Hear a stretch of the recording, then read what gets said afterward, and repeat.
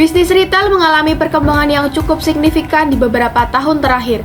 Hal ini disebabkan oleh perkembangan usaha manufaktur dan dukungan pemerintah sebagai regulator dalam perkembangan bisnis retail di Indonesia. Perkenalkan, nama saya Anissa Nur Azahra dengan NIM 230913281 kelas MPGKA. Pada kesempatan ini, saya akan mempresentasikan perencanaan bisnis retail yang berisi kelima elemen kunci dalam keberhasilan bisnis retail. Sebelum kita masuk ke 5 elemen kunci dalam bisnis retail, izinkan saya memperkenalkan brand yang sudah saya pilih. Jadi, untuk industri yang saya pilih adalah di industri fashion. Nama brandnya sendiri adalah Anza Collection. Jadi, Anza Collection ini merupakan toko retail yang bergerak pada industri fashion. Untuk produk-produk yang ada di dalamnya itu merupakan pakaian, tas, dan sepatu. Anja Collection merupakan sebuah toko retail yang bergerak di industri fashion. Untuk produk-produknya sendiri ada pakaian, sepatu, dan tas. Memiliki kepemilikan dan model bisnis corporate chain, Anja Collection selalu berupaya untuk menyediakan produk-produk yang sesuai dengan kebutuhan dan keinginan pelanggan. Kami memastikan kualitas standarisasi produk melalui berbagai integrasi saluran baik dari supply chain management maupun dari internal perusahaan. Gunakan strategi merchandising melalui rangkaian analisis, riset, perencanaan, akuisisi hingga penanganan keluhan pelanggan demi memastikan keberlanjutan usaha retail untuk jangka waktu yang panjang. Memiliki lokasi strategis yang dekat dengan konsumen serta supplier, kami memastikan kelancaran alur distribusi barang sampai ke tangan konsumen. Jenis penataan barang yang mudah terlihat, terkelompok, aman, dengan harga yang jelas yang akan dapat memudahkan konsumen ketika berbelanja sehingga meningkatkan experience yang lebih menyenangkan. Implementasi Customer Relationship Management untuk membangun hubungan jangka panjang melalui layanan yang lebih terpersonalisasi sehingga dapat menyesuaikan kebutuhan dan keinginan masing-masing pelanggan sesuai dengan preferensi mereka. Simak penjelasan berikut. Oke, langsung saja kita masuk ke elemen yang pertama, yaitu kepemilikan dan model bisnis. Industri fashion terdiri dari beberapa departemen terkait, seperti departemen pakaian, sepatu, dan tas. Beberapa departemen ini dapat dijadikan menyebar ke beberapa store. Tujuannya untuk mempermudah konsumen dalam memilih produk. Jadi, ketika konsumen itu menginginkan suatu produk, misalnya pakaian, konsumen bisa langsung datang ke store pakaian. Ketika konsumen menginginkan tas, konsumen bisa langsung datang ke store yang tas. Dan kemudian, kalau konsumen menginginkan sepatu, konsumen bisa langsung datang ke store yang khusus dengan sepatu. Jadi, model dan kepemilikan bisnis yang cocok untuk industri fashion ini adalah model rantai atau chain corporate. Karena apa? Karena beberapa departemen-departemen ini tentunya akan memudahkan pelanggan ketika mereka menginginkan suatu produk. Dan untuk menjumpai suatu produk tersebut, pelanggan akan lebih mudah. Dan ini juga disesuaikan dengan kebutuhan dan keinginan mereka. Selain itu, store-store yang ada pun saling berdekatan, sehingga ketika mereka menginginkan departemen lain, produk lain, mereka bisa langsung datang ke store yang lain. Tentunya, hal ini akan memudahkan mereka dalam berbelanja dan meningkatkan experience mereka. Karena lebih terspesifikasi, mereka akan mudah dan cepat untuk mendapatkan produk yang mereka inginkan. Selanjutnya yang menjadi elemen kunci dalam bisnis retail yaitu terkait dengan rantai pasokan dan manajemen retail atau supply chain management. Alur rantai pasok atau supply chain dimulai dari produsen utama yang kemudian ditamu ke wall store atau grosir dalam jumlah besar. Kemudian dikirimkan ke gudang toko yang disesuaikan dengan permintaan toko retail. Setelah barang sampai di gudang, barang didistribusikan ke toko retail menggunakan metode last in first out, menyesuaikan barang apa yang sedang trending dan diminati pasar. Barang-barang dipajang di toko retail hingga nantinya dibeli dan sampai di tangan konsumen. Faktor efisiensi dan kecepatan yang dipertimbangkan. Yang pertama, kami menggunakan pemasok atau supplier yang memiliki kapasitas jumlah banyak agar mendapatkan barang dengan harga murah. Kemudian metode last in first out untuk menyesuaikan tren industri, dan gudang toko untuk mempercepat alur barang sampai di toko retail, serta inventory yang disesuaikan dengan kemampuan perusahaan dan permintaan pasar. Melalui integrasi supply chain management atau manajemen rantai pasok, alur distribusi barang akan cepat dan tepat sampai ke tangan pelanggan sesuai dengan kualitas dan standar yang sudah ditetapkan oleh perusahaan. Elemen selanjutnya yang gak kalah penting yaitu tentang merchandising.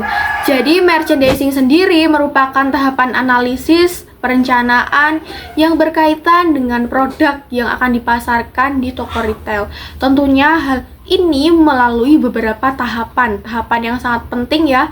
Tahapan-tahapan ini tidak boleh dilewatkan agar apa? Agar resiko-resiko atau kemungkinan-kemungkinan buruk yang mungkin terjadi bisa kita minimalisir sehingga toko kita akan tetap berjalan. Ada 5 tahapan dalam proses merchandising dalam bisnis retail. Yang pertama terkait dengan analisis. Analisis ini meliputi riset pasar dan analisis kebutuhan dan keinginan pelanggan serta target konsumen potensial melalui data historis untuk memprediksi perilaku dan keinginan mereka. Tahapan merchandising yang kedua yaitu tentang perencanaan. Perencanaan ini meliputi jumlah barang yang akan dijual yang didasarkan pada analisis permintaan pelanggan atau tren pasar agar barang yang kita jual benar-benar menyesuaikan kebutuhan mereka dan berkaitan dengan inventory atau stok itu tidak menumpuk di gudang sehingga perputaran uangnya cepat. Dan selanjutnya tahapan yang ketiga yaitu akuisisi. Akuisisi ini merupakan proses pemindahan barang dari pemasok ke toko retail. Ya tentunya kita sebagai pelaku retail harus pintar-pintar dalam memilih pemasok. Pemasok ini harus benar-benar orang yang terpercaya dan dapat memenuhi kebutuhan akan toko retail sehingga nanti terkait dengan perputaran atau arus barang itu cepat dan sampai ke tangan konsumen itu benar-benar barang yang bagus, yang sesuai dengan standar kualitas dari toko retail. Nah, pada tahap akuisisi ini, kita sebagai pelaku retail harus memperhatikan siklus produk. Apakah produk-produk ini merupakan produk yang slow moving atau yang fast moving, atau bahkan produk-produk ini merupakan produk seasonal. Kalau semisalnya di industri fashion untuk gamis, hijab, ini pastinya barang-barang yang musiman, yang pastinya waktu lebaran itu mereka akan rame, akan banyak pembelinya. Beda di hari-hari biasa. Jadi terkait dengan akuisisi ini, jumlah produk yang ada di store harus disesuaikan dengan siklus barang. Tahapan selanjutnya yang gak kalah penting banget ini adalah tahap penanganan, di mana setiap produk-produk yang dipajang bahkan sampai di tangan pelanggan itu harus memenuhi standar kualitas yang sudah ditetapkan, di mana barang-barang yang akan dipajang dan sampai ke tangan konsumen itu benar-benar barang yang bagus, yang tidak rusak dan juga memenuhi kualitas standar. Nah, ini berkaitan dengan pemasok itu tadi. Sebelum barang dipajang, kita sebagai pelaku retail benar-benar harus memastikan bahwa produk itu masih bagus dan masih ada nilai jualnya. Sehingga nanti pelanggan tidak merasa kecewa ketika membeli produk tersebut. Pada tahap penanganan ini juga, kita sebagai pelaku retail harus benar-benar menyimpan produk yang berkaitan dengan stok persediaan tadi dengan aman. Jangan sampai nanti ketika barang itu kita stok di gudang atau mungkin kita simpan di gudang, nanti ada 1, 2, 3 hal yang menyebabkan barang itu rusak. Jadi harus ada standar penyimpanannya supaya barang ini terjaga kualitasnya, terutama pada industri fashion ya. Barang yang sudah lama di stok pastinya nanti ketika dipajang sudah tidak sebagus ketika pertama kali diproduksi. Nah, ini juga jadi bahan pertimbangan kita sebagai pelaku retail bahwa semua itu harus memenuhi kualitas dan standar sehingga produk benar-benar sampai di tangan pelanggan itu adalah benar produk-produk yang bagus, yang sesuai standar. Dan endingnya nanti apa? Endingnya nanti adalah kepuasan pelanggan yang nantinya akan ada yang namanya loyalitas. Ketika loyalitas itu udah ada, pastinya mereka akan ada retensi pembelian yang berulang-ulang sehingga bisa mempromosikan toko kita, toko retail kita ke orang lain. Tahapan terakhir dalam proses merchandising yang menjadi kunci utama yaitu pengendalian. Pengendalian ketika produk-produk yang sudah kita beli tadi, yang sudah kita jual, ternyata nggak sesuai sama ekspektasi pasar. Pastinya kalau nggak sesuai dengan ekspektasi pasar, kita bingung dong. Ini kita udah beli produk ini, kita udah bikin produk ini dengan biaya nggak sedikit, tapi ternyata ketika barang tersebut terjun atau dipajang di toko retail, ternyata nggak sesuai sama ekspektasi mereka. Endingnya apa? Endingnya barang ini nggak laku. Nah, ini pastinya akan menjadi beban baik perusahaan, baik beban operasional maupun beban si produk tersebut. Jadi kita sebagai pelaku retail juga harus merencanakan nih. Ketika tadi dari tahapan analisis, terus kemudian tahapan perencanaan, itu sudah bagus. Loh, tapi endingnya nggak sesuai sama ekspektasi pasar. Kita harus punya plan B, plan C. Ketika produk ini benar-benar nggak diminati pasar, kita harus gimana? Nggak mungkin kan produk-produk tersebut kita diemin aja. Nggak mungkin produk-produk tersebut kita jual, kita kembaliin lagi ke pemasok, itu kan nggak mungkin. Itu sudah menjadi tanggung jawab kita sebagai pelaku bisnis retail. Kita harus jeli nih pada tahapan ini. Kita bisa memberikan diskon atau paket bundling, tentunya melalui perhitungan-perhitungan dari awal ya, ketika kita mau menerjunkan produk ini. Jangan sampai kita malah rugi. Jadi harus ada perhitungan-perhitungan yang lebih spesifik lagi, supaya ketika benar-benar produk ini nggak memenuhi ekspektasi pasar, dan kita akan mengadakan promosi atau diskon atau bahkan bundling, atau mungkin bazar ya, ini kita masih ada untungnya, nggak rugi-rugi amat, atau bahkan minimal banget nih BEP. Jadi perputaran kas kita, perputaran pendapatan kita tuh masih ada, walaupun barang ini tadi nggak memenuhi ekspektasi pasar. Yang kebanyakan terjadi pada industri fashion ketika barang-barang itu nggak sesuai dengan ekspektasi pasar, biasanya kita melakukan yang namanya bazar atau bazar sale, dimana ini adalah obral-obral barang yang slow moving, yang benar-benar tidak memenuhi ekspektasi pasar sehingga tidak terjual. Ini kita berikan bazar fashion, yang tentunya bazar fashion ini akan meningkatkan pembelian, meningkatkan kunjungan pelanggan ke toko kita. Jadi ketika ada bazar, pastinya mereka tuh banyak yang FOMO untuk datang. Ketika mungkin barang-barang tersebut gak memenuhi ekspektasi mereka bisa lihat barang-barang lain yang mungkin lebih menarik bagi mereka. Nah, tentunya ini kan jadi upselling ya. Lanjut, elemen keempat yang menjadi kunci dalam bisnis retail yaitu kriteria lokasi. Jadi untuk Anja Collection ini pastinya lokasinya strategis di tengah kota yang dapat dijangkau, aksesibilitasnya itu dapat dijangkau orang-orang dengan sangat mudah, lahannya luas, tempatnya itu juga nyaman dan mudah terlihat dengan visualisasi yang lebih menarik, kekinian, yang pokoknya yang Gen Z banget, sehingga tuh mereka tuh yang baru lewat aja akhirnya mampir, ini apa, bikin mereka penasaran. Dan tentunya mudah terlihat itu tadi ya, jadi nggak nyempil atau nggak hidden gem, tapi pokoknya lokasi ini benar-benar strategis di tengah kota. Nah, berkaitan dengan lokasi tadi kami memilih di dekat pelanggan karena ini berkaitan dengan toko retail, dan pastinya di tengah-tengah kota ini kita nggak perlu khawatir soal distribusi barang.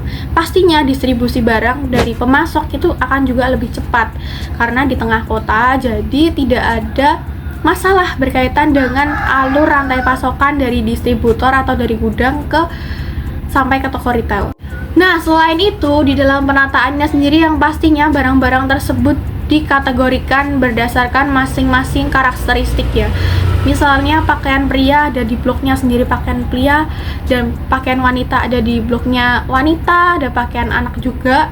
Nah, itu pastinya sudah terkelompok. Jadi pelanggan tuh kalau mau cari pakaian wanita ya ke bagian wanita, kalau mau cari pakaian anak tuh yang di bagian anak.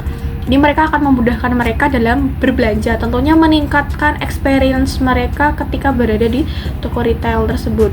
Dan pastinya harga-harga yang tertera di dalam baju-baju atau produk-produk tersebut itu jelas, sudah ada barcode-nya, terus juga sudah ada harga yang jelas, jadi nggak mungkin tertukar. Ada nama produknya ini, barcode-nya ini, harganya ini, jadi itu jelas-jelas sudah tertera dan nggak mungkin tertukar. Jadi harga dan labelnya itu sudah jelas. Nah, selain itu, barang-barang yang dipajang ini sesuai dengan kapasitas dari masing-masing rak, jadi nggak ada yang overload. Terus pelanggan juga ketika ingin mengambil barang ini nggak kesusahan, jadi sudah disesuaikan dengan kapasitas dari masing-masing rak, jadi lebih terstruktur. Selain itu, kami juga menggunakan 2 skema penjualan, yaitu penjualan offline dan penjualan online. Jadi kami mentargetkan dan membidik 2 target pasar sekaligus yang preferensinya berbeda, yang suka berbelanja online dan suka berbelanja offline dalam satu toko. Jadi kita melayani 2 target ini, 2 segmentasi ini menjadi satu. Jadi toko retail kami juga menyediakan offline store-nya, tapi juga ada online store-nya. Tentunya ini akan ada 2 skema atau alur rantai pasokan yang pastinya dapat memaksimalkan laba perusahaan dan memudahkan dalam aliran distribusi barang sampai ke tangan pelanggan yang disesuaikan dengan kebutuhan dan keinginan mereka. Jadi ketika mereka itu pengen berbelanjanya offline, ya tinggal ke toko. Kalau mereka ingin berbelanjanya online, dia tinggal ke aplikasi-aplikasi yang sudah bekerja sama dengan kita seperti Shopee, Tokopedia, atau TikTok Shop. Jenis layout toko yang digunakan yaitu grid agar pelanggan mudah melihat produk dan mendapatkan produk, serta mereka bisa memilih produk sesuai dengan keinginan yang mereka inginkan, terutama terkait dengan produk fashion. Jadi kan ada yang namanya fitting room. Nah, di fitting room ini pelanggan dapat mencoba pakaian yang sudah mereka pilih. Jadi dengan penataan grid ini pastinya mereka akan lebih mudah menjangkau produk dan mendapatkan produk yang mereka mau. Nah, dengan jenis penataan yang ini pastinya barang-barang yang dipajang akan lebih efisien dan tidak overload. Pelanggan pun akan sangat amat nyaman berada di toko dan mudah mendapatkan barang yang mereka cari. Yuk kita lanjut ke elemen terakhir. Elemen terakhir ini menjadi kunci keberhasilan bisnis retail untuk jangka panjang. Apa tuh? Nah, untuk jangka panjang ada yang namanya CRM atau Customer Relationship Management, manajemen hubungan pelanggan. Manajemen hubungan pelanggan ini merupakan upaya yang dapat dilakukan oleh toko retail untuk menjalin komunikasi kepada pelanggan dengan layanan yang lebih terpersonalisasi sesuai dengan kebutuhan dan keinginan mereka, sehingga tercipta adanya kepuasan pelanggan dan loyalitas yang nantinya berujung pada retensi pembelian atau pembelian berulang yang bisa sampai ke word of mouth atau promosi mulut ke mulut. Berkaitan dengan CRM, Anja Collection ini ada beberapa strategi yang akan diimplementasikan ke depannya. Yang pertama, program membership. Kenapa program membership? Karena program membership ini merupakan program berkelanjutan untuk jangka waktu panjang yang dapat mengaitkan pelanggan terhadap toko retail. Jadi melalui program-program membership ini akan ada beberapa benefit atau keuntungan yang didapatkan oleh pelanggan. Yang pertama itu berkaitan dengan diskon, promosi, dan nanti akan ada poin. Poin itu dikumpulkan. Jadi setiap pembelanjaan barang itu pelanggan akan mendapatkan poin. Poin-poin ini dikumpulkan hingga nanti ketika sudah terkumpul di beberapa poin akan ada penukaran. Penukaran ini ada dalam bentuk barang, ada juga dalam bentuk pulsa atau mungkin kuota belanja. Melalui program membership ini, toko retail juga akan mendapatkan database pelanggan. Database ini meliputi nama, alamat, preferensi belanja, frekuensi belanja setiap bulan, bahkan setiap tahun, dan apa saja barang-barang yang mereka minati, kemudian barang-barang apa saja yang nggak mereka minati. Dan kemudian ini juga dapat dikaitkan dengan analisis keranjang belanja sehingga toko retail dapat mengaitkan kategori-kategori produk terkait hingga meningkatkan yang adanya upselling dan cross-selling. Dari database-database yang sudah kita dapatkan melalui program membership tadi, kita juga bisa mengirimkan katalog promosi yang sesuai dengan preferensi dan keinginan mereka. Jadi layanan lebih terpersonalisasi melalui pengiriman promo broadcast baik WhatsApp ataupun email yang tentunya disesuaikan dengan kebutuhan dan keinginan mereka melalui analisis database yang kita punya tadi. Nah, tentunya Ini akan meningkatkan experience atau layanan yang lebih personal, sehingga para pelanggan pun merasa dirinya lebih diperhatikan, dan pastinya mereka lebih tertarik untuk membeli di toko retail tadi. Jadi adanya retensi pembelian yang berulang karena adanya kepuasan dari layanan personalisasi dan juga produk-produk yang tersedia sesuai dan memenuhi ekspektasi mereka. Selanjutnya, terkait dengan hasil after sales atau evaluasi untuk internal perusahaan sendiri, kami juga menyediakan layanan keluhan pelanggan. Jadi, setiap pelanggan ketika menemui permasalahan tentang suatu produk ataupun di layanan sendiri, nanti bisa mengisi form yang pastinya nanti akan kita evaluasi di internal, dan kemudian pelanggan yang mengalami permasalahan tersebut akan kita ajak komunikasi dan diskusi secara dua arah untuk mendapatkan satu titik terang yang pastinya tidak merugikan berbagai pihak, yang pastinya kita saling menguntungkan sehingga tidak terjadi adanya ketidakpuasan pelanggan. Yang pasti setiap permasalahan itu akan dianalisis dan diberikan solusi atau problem solving yang sesuai dengan apa yang terjadi sebenar-benarnya. Nah, itu tadi berkaitan dengan 5 elemen kunci dalam bisnis retail yang benar-benar harus dijalankan, harus dianalisis, dan harus dievaluasi.